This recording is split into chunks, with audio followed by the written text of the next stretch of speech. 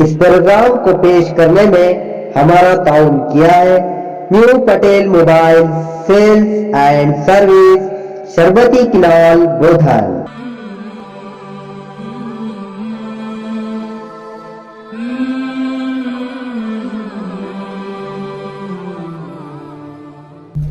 اعوذ باللہ من الشیطان الرجیم، بسم اللہ الرحمن الرحیم۔ وَإِذْ يَعِدُكُمُ اللَّهُ إِحْدَى الطَّائِفَتَيْنِ أَنَّهَا لَكُمْ وَتَوَدُّونَ أَنَّ غَيْرَ ذَاتِ الشَّوْكَةِ تَكُونُ لَكُمْ وَيُرِيدُ اللَّهُ أَن يُحِقَّ الْحَقَّ بِكَلِمَاتِهِ وَيَقْطَعَ دَابِرَ الْكَافِرِينَ لِيُحِقَّ الْحَقَّ وَيُبْطِلَ الْبَاطِلَ وَلَوْ كَرِهَ الْمُجْرِمُونَ إِذَا تَسْتَغِيثُوا رَبَّكُمْ فاستجاب لكم أني ممدكم بألف من الملائكة مردفين وما جعله الله إلا بشرى ولتطمئن به قلوبكم وما النصر إلا من عند الله إن الله عزيز حكيم۔ صدق اللہ۔ یاد کرو وہ موقع جب کہ اللہ تم سے وعدہ کر رہا تھا کہ تم دونوں گروہوں میں سے ایک تمہیں مل جائے گا۔ تم چاہتے تھے کہ کمزور گروہ تمہیں ملے، مگر اللہ کا ارادہ یہ تھا کہ اپنے ارشادات سے حق کو حق کر دکھائے اور کافروں کی جڑ کاٹ دے، تاکہ حق حق ہو کر رہے اور باطل باطل ہو کر رہ جائے۔ ہاں، مجرموں کو یہ کتنا ہی ناگوار ہو۔ اور وہ موقع جب کہ تم اپنے رب سے فریاد کر رہے تھے، جواب میں اس نے فرمایا، تمہاری مدد کے لیے پے در پے 1000 فرشتے بھیج رہا ہوں۔ یہ بات اللہ نے تمہیں صرف اس لیے بتا دی تمہیں خوشخبری ہو اور تمہارے دل اس سے مطمئن ہو جائیں، ورنہ مدد تو جب بھی ہوتی ہے اللہ ہی کی طرف سے ہوتی ہے، یقیناً اللہ زبردست اور دانا ہے۔ حضرات، سورہ انفال کی یہ 5 آیتیں جو تلاوت کی گئی ہیں 6 سے 10 تک، یہ سورہ انفال کی آیتیں ہیں، اور سورہ انفال مدنی سورت ہے۔ مدینہ منورہ میں یہ 4 ہجری میں نازل ہوئی ہے، جب جنگ بدر واقع ہونے کے بعد یہ صورت نازل ہوئی ہے۔ اور اس صورت کے اندر یعنی اللہ کے رسول، یہ صورت جب نازل ہوئی ہے تو یہ صورت 4 ہجری میں جنگ بدر کے بعد نازل ہوئی۔ جنگ بدر کے کچھ حالات اس کے اندر اللہ تعالیٰ نے بتائے ہیں، اور اللہ تعالیٰ نے اپنی نعمتوں کا ذکر اس میں کیا ہے کہ اللہ تعالیٰ یعنی اپنے مومن بندوں کی مدد کس طرح کرتا ہے۔ تو یہاں پر ارشاد فرمایا جا رہا ہے کہ یاد کرو موقع جب کہ اللہ تم سے وعدہ کر رہا تھا دونوں گروہوں میں سے ایک تمہیں ملے گا۔ یعنی مدینہ منورہ کے اندر جب اللہ کے رسول صلی اللہ علیہ وسلم ہجرت کر آئے تھے تو مکے والے جو بھی آدمی وہاں سے آتا تھا اس کو واپس لے لیتے تھے، مارتے تھے، ظلم کرتے تھے، وہاں سے پکڑ کے لے جاتے تھے، اور یہاں سے جو بھی جاتا تھا اس کو وہاں سے چھوڑتے نہیں تھے۔ تو لہٰذا یہ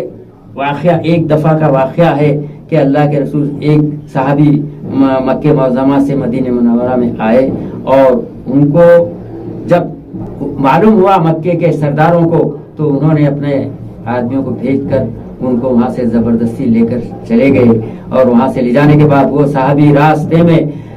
میں ان دونوں آدمیوں کو جو لینے کے لیے آئے تھے ان کو مار کر وہاں سے فرار ہو گئے، اور راستے میں ایک جگہ مقیم ہو گئے، جو راستہ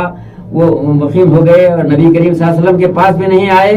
اور مکے کو بھی نہیں گئے، بلکہ وہ لوگ صحابی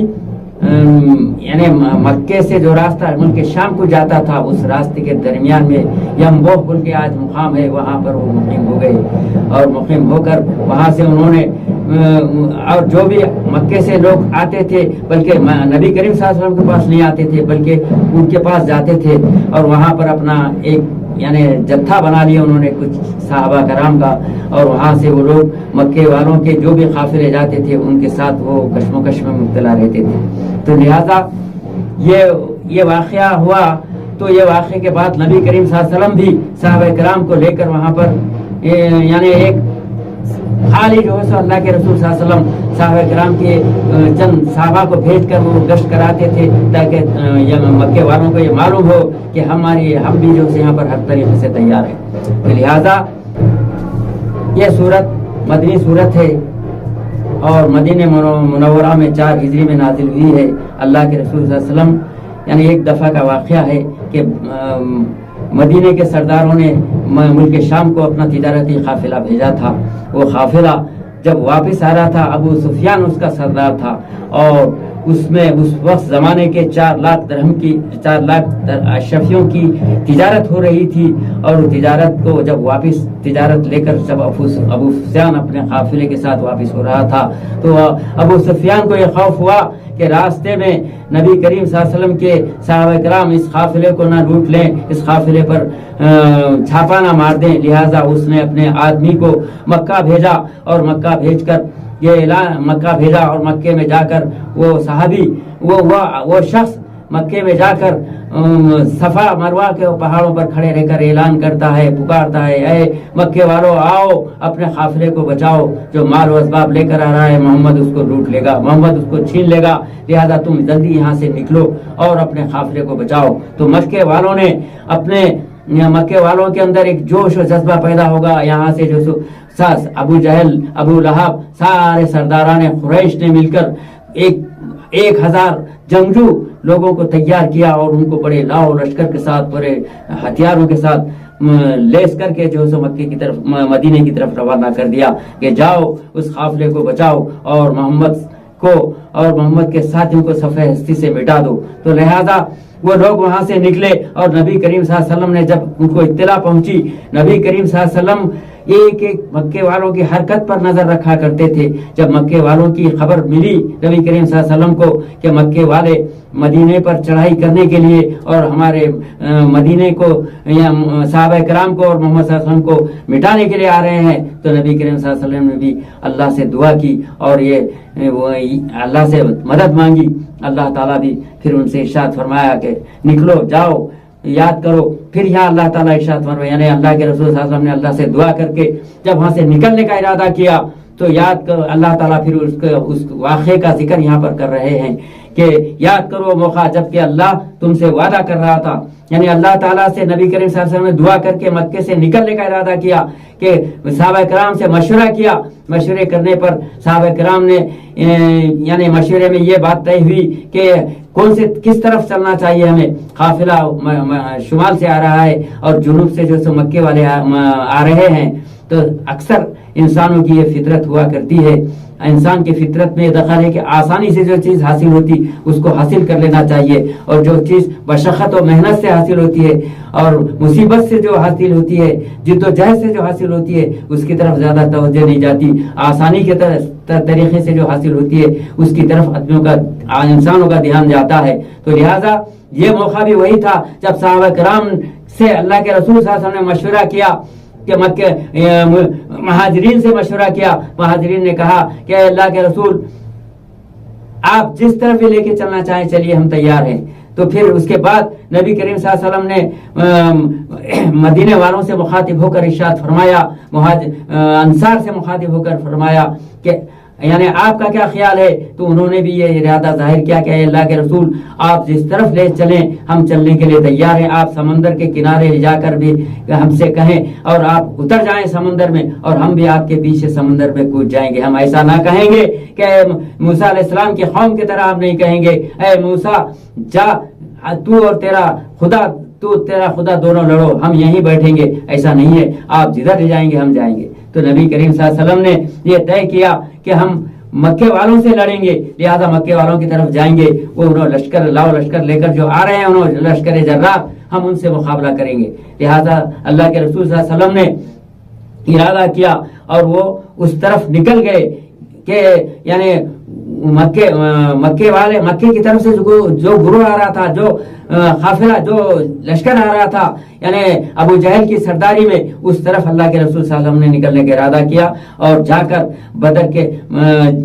جو اس مقام پر ٹھہر گئے۔ تو یہ وہی موقع کا اللہ تعالیٰ ذکر کر رہے ہیں اس کلام مجید کے اندر، اس اللہ کی کتاب کے اندر کہ یاد کرو موقع جب کہ اللہ تم سے وعدہ کر رہا تھا تم دونوں گروہوں میں سے ایک تمہیں مل جائے گا، اور تم چاہتے تھے کہ کمزور گروہ تمہیں ملے۔ یعنی مسلمانوں کی، ایمان والوں کی اکثر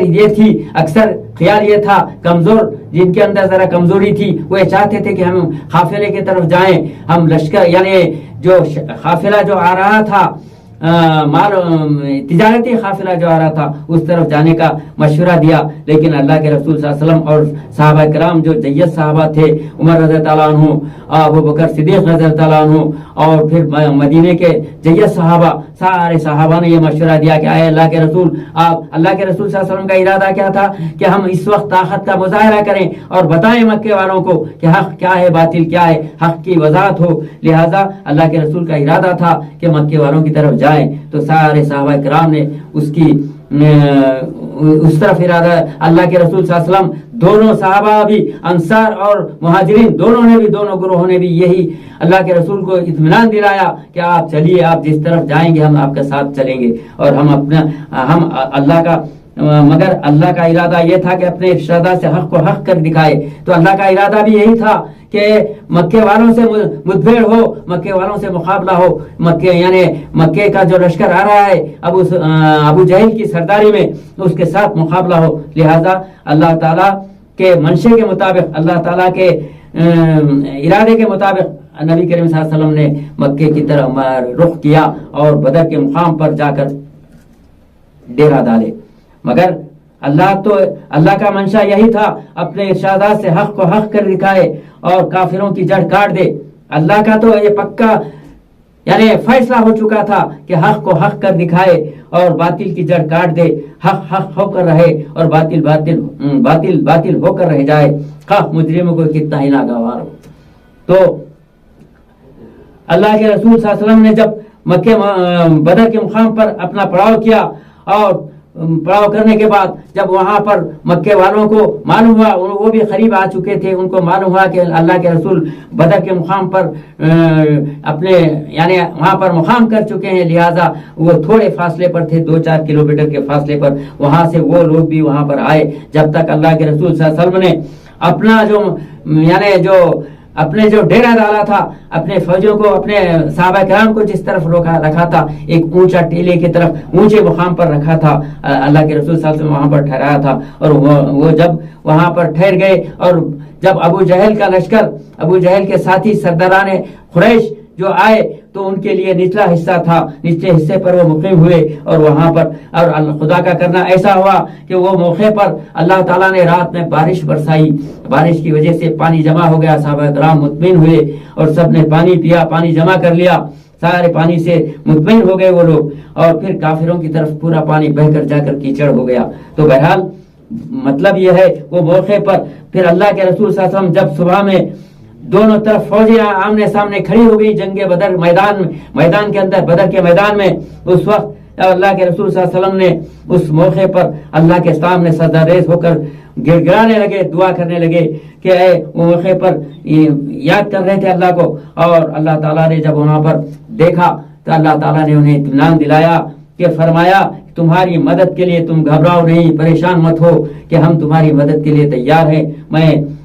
فرمایا تمہاری مدد کے لیے پے در پے 1000 فرشتے بھیج رہا ہوں. یہ بات اللہ تمہیں صرف اس لیے بتائی کہ تمہیں خوشخبری ہو اور تمہارے دل مطمئن ہو جائیں، کیونکہ کفار مکہ کے لشکر 1000 کا تھا اور نبی کریم صلی اللہ علیہ وسلم کے ساتھی صرف 313 تھے. کیونکہ مدینے سے جس وقت اللہ کے رسول صلی اللہ علیہ وسلم نکلے، منافقین کا گروہ وہاں سے چھٹ گیا. منافقین نے راستے میں وہاں سے ہٹ کر کہ ہم موت کے منہ میں جا رہے ہیں، لہذا وہاں سے وہ لوگ ہٹ گئے اور منافق نہیں آئے، بلکہ خالص مسلمان جو تھے وہ مسلمان صرف اللہ کے رسول صلی اللہ علیہ وسلم کے ساتھ آئے. اور انہوں نے جنگ بدر کے اندر وہ یعنی ایسا مارے کا انجام دیا جو دنیا کی تاریخ میں کبھی ایسی جنگ نہیں ہوئی، کبھی ایسا حالات نہیں پیش آئے کہ ایک طرف جو سو نبی کریم صلی اللہ علیہ وسلم کے ساتھی جو تھے، مہاجرین جو تھے، مہاجرین یعنی ان کے کوئی مخالف قوم میں، مخالف فوج کے اندر، مخالف گروہ کے اندر، یعنی ان کے کوئی باپ تھا، کوئی چچا تھا، کوئی بھتیجا تھا. اللہ کے رسول صلی اللہ علیہ وسلم کے ساتھ جو صحابہ تھے ان کے مقابلے میں پورے جو سو ہتھیاروں کے ساتھ لیس ان کے کوئی کسی کا ماموں سامنے ہے، کسی کا بھتیجا سامنے ہے. ایسی جنگ کبھی دنیا نے دیکھی نہیں. وہ جنگ جو دنیا کے اندر مثالی جنگ قائم ہوئی، مثالی جنگ ہو گئی اور دنیا رہتی دنیا تک ایسی جنگ کوئی بتا نہیں سکتا کہ بھائی بھائی کے خلاف، باپ بیٹے کے خلاف، بیٹا باپ کے خلاف اور ماموں بھانجے کے خلاف، بھانجا ماموں کے خلاف. ایسی جنگ دنیا نے کبھی نہیں دیکھی. تو وہ موقع تھا اور اللہ کے رسول صلی اللہ علیہ وسلم سجدے میں گر گئے اور اللہ سے دعا مانگنے لگے. اللہ تعالیٰ نے فرشتے بھیجنے کا وعدہ کیا، مطمئن ہو جائیے، ورنہ مدد تو ہماری جب بھی آتی ہے اللہ ہی کی طرف سے آتی ہے. تو اللہ کے رسول صلی اللہ علیہ وسلم سے یہ وعدہ دیا گیا ان کو کہ تم خوش ہو جاؤ، تمہاری مدد ہم پے در پہ بھیجیں گے۔ جب جنگ ہوئی، جنگ کا معاملہ پیش آیا تو دونوں طرف صفیں بندھی گئی، اور صف بستہ ہونے کے بعد اللہ کے رسول صلی اللہ علیہ وسلم انصار صحابی جب میدان میں آئے تو مکے والوں نے یہ کہا کہ اے مدینے والو، تم ہمارے ساتھ لڑنے کے قابل نہیں ہے، تم ترکاری کھانے والے ہو، تم گوشت خور نہیں ہو، ہمارے ساتھ تو ہمارے مکے والے مہاجرین لڑنے کے لیے نکالو۔ تو بہرحال علی رضی اللہ تعالیٰ عنہ نکلے، اور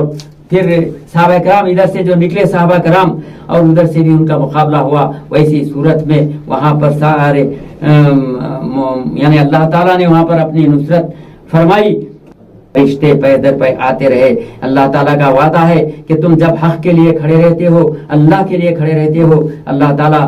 ویسے مقام پر اللہ کی مدد تمہاری شامل حال ہوتی ہے۔ تو ہاتھ تمہارا رہتا ہے لیکن اللہ کے فرشتے وہاں پر کام کر جاتے ہیں۔ تو لہٰذا ویسی صورت میں اللہ تعالیٰ نے وہاں پر ایک